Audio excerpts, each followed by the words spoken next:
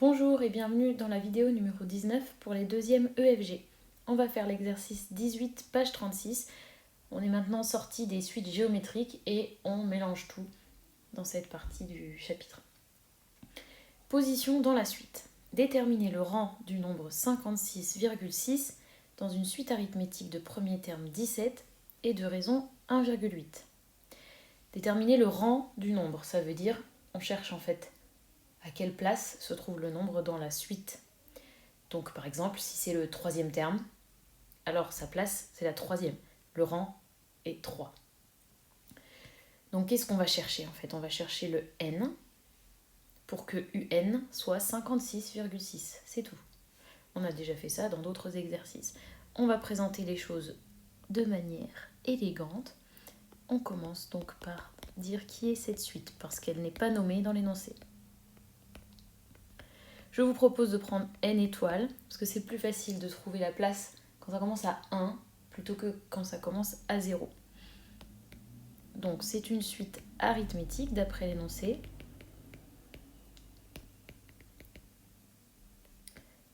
De raison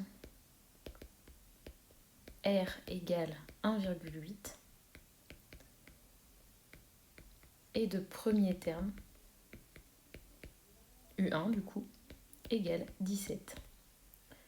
J'ai pas besoin d'écrire UN représente blablabla puisqu'il n'y a pas de problème ici, on est dans les maths pures et on ne sait pas à quoi correspondent les nombres.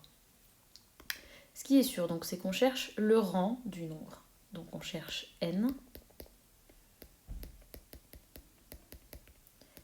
tel que, et en fait tout simplement on veut que UN soit 56,6. Je vous invite à mettre pause sur la vidéo pour tester vos connaissances encore. Est-ce que vous connaissez le théorème, etc. Et à le faire tout seul. Alors, mon théorème, pour tout n et p appartenant à n étoiles, on a un qui est égal à up plus n-p fois r. Je vais utiliser ce théorème pour résoudre l'équation qui est demandée.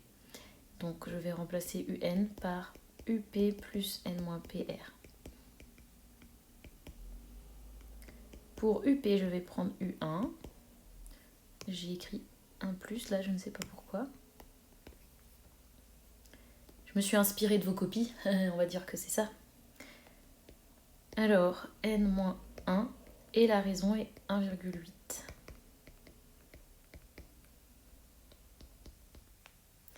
Je vais avoir 17 plus 1,8n moins 1,8 égale 56,6.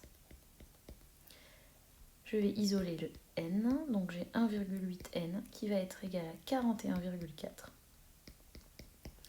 Et on va diviser par 1,8 pour avoir n. Et on va trouver exactement 23. Si vous trouvez 23,2, c'est qu'il y a une erreur. Ici, le n doit être un nombre entier. 23, n égale 23, ça veut dire que U23 égale 56,6.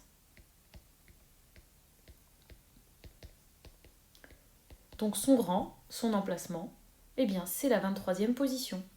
Donc c'est le terme de rang